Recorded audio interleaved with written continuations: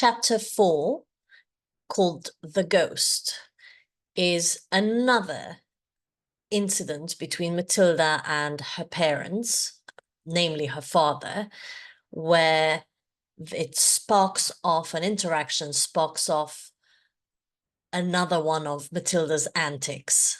What we have is, in this chapter, we see again Matilda's genius at work as a little girl trying to gain power over her parents for their ill doings, and Mrs. Wormwood again as neglectful, even though the focus isn't so much on her. There is an incident where, again, it forms the idea that Matilda is in an uncaring, neglectful home, and Mr. Wormwood continues to be a very nasty man who is mean and cowardly. We've seen Mr. Wormwood in previous chapters as a mean person who's constantly attacking Matilda at every opportunity. Every time she tries to engage, he attacks her. Now, it's the reverse. Matilda is quietly in her corner, and he cannot seem to be able to handle that. He cannot. He's a bully who has returned from work. He is angry and he's being left alone, but still seeing Matilda in her own world, lost in her book, taking pleasure in reading, is something that he cannot sustain. And one of the things that this might be is that in her ability to block off the telly and find pleasure in books, he realizes that this is something he doesn't have access to and potentially feels quite envious of her. He is definitely anti-intellectual, and he would like her, like he is drawn to the television, to be able to engage only with that, and the fact that she is in her books while there's the telly, where she can't get away from it in her house, it seems, has been able to find a way to shut it out, infuriates her. Now, on the other hand, Matilda is completely oblivious when Mr. Wormwood goes to speak to her. She just answers very, very politely and pleasantly. She's genuinely hasn't picked up on any of the sentiments or anger or frustration that Mr. Wormwood has. Now, again, the narrator over here is very much playing the two against each other. You have Matilda is obviously the good, the intellectual, where books represent growth, education, and the possibility of branching out into new worlds, whereas Mr. Wormwood, throughout, even the fact that he's a cheating car salesman, and then that he's also a bully, literally just always reinforces this idea that education is a means of gaining power. And this passage in particular indicates that Mr. Wormwood actually seems to know this and feels threatened by it, which is why he rips up Matilda's library book.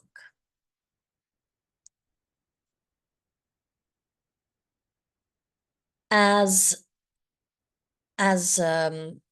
we see Matilda's reaction to her father, we also see how mature she is. And again, the idea that the books that she's read and the ideas that she is getting are able to rescue her in these situations.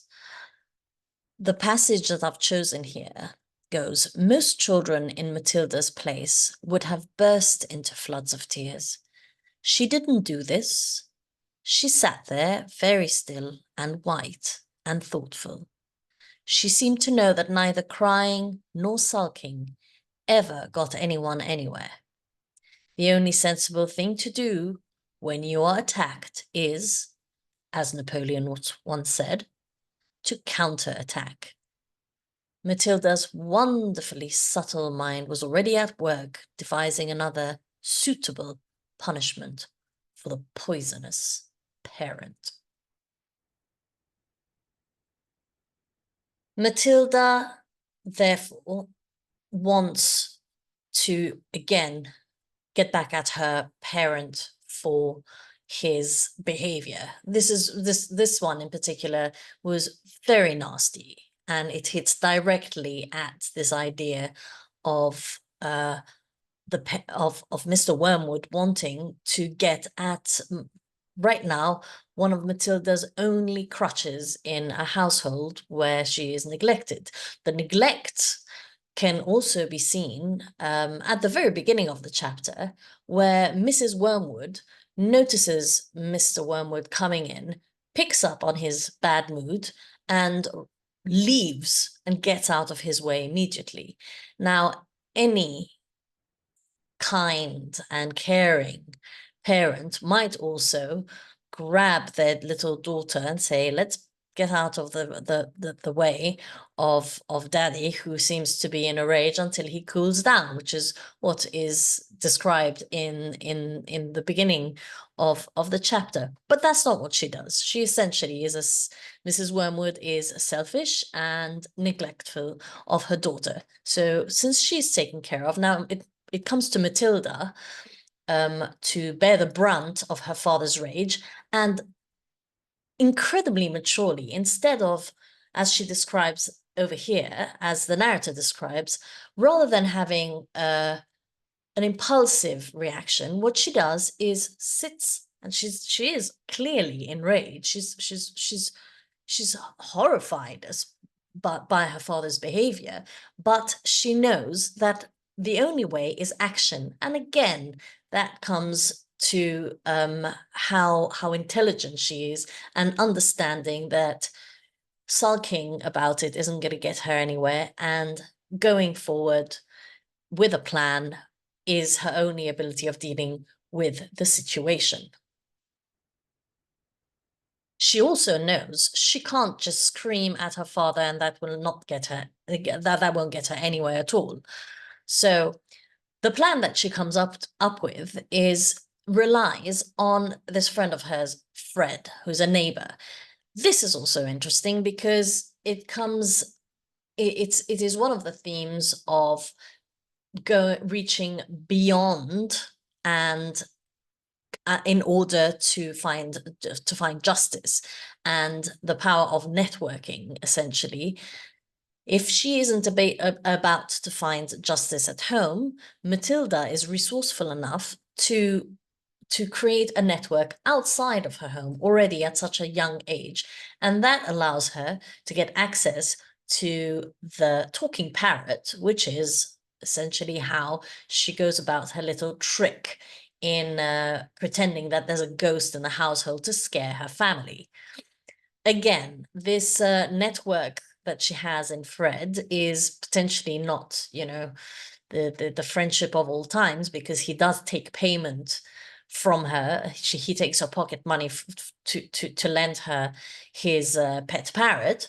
But nonetheless, again, it's Matilda being resourceful and finding a way around getting what she needs and paying back her father.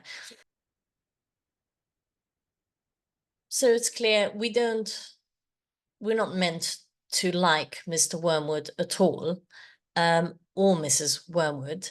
And Mrs. Wormwood is already in this chapter, she's been despicable in leaving Matilda within Mr. Wormwood's firing range when he was angry when he came in. And now at the end of the chapter, when the ghost starts calling out and Matilda tells them there's a ghost, there's another incident where you start seeing Mrs. Wormwood as an example of what Roald Dahl is trying to teach us in terms of women, another theme, women, financial security and ethics. So Mrs. Wormwood has settled, or has decided that Mr. Wormwood will bring her a good lifestyle and allow her bingo and her nice house and so on, and isn't investing in herself in terms of her education. However, there's this constant undermining of both these values that she has and also Mr. Wormwood. And when the parrot starts calling out and the ghost makes an appearance, they're all the family are all very worried, and they're shocked, and they're trying to figure out what happened. And so there's this discussion. So then go and catch them, Harry. They've decided that it's a burglar, right? Hissed the mother. Go out and collar them, red-handed. The father didn't move. He seemed in no hurry to dash off and be a hero. His face had turned grey. By the way, red-handed means caught in the act that you've seen. Red-handed means you're seen doing something as it happened. And so then it says, the husband wiped his lips nervously with his napkin.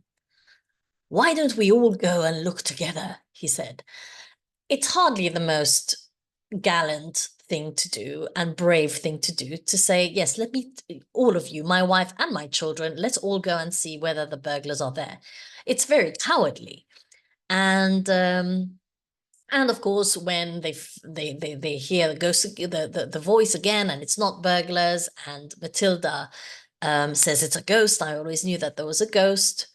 The mother shouts, "Save us!" The mother screamed, almost throttling her husband. So she goes to her husband, and the husband goes, "I'm getting out of here," the father said, grayer than ever now.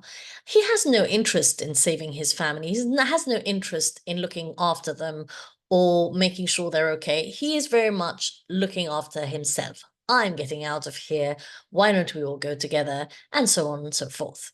So again, we're seeing, we're made to think, has Mrs. Wormwood really made such a great choice in Mr. Wormwood? And well, we know for sure that Mr. Wormwood is not only mean and nasty, but a terrible coward who's only interested in his own self and his own well-being at the end of the day.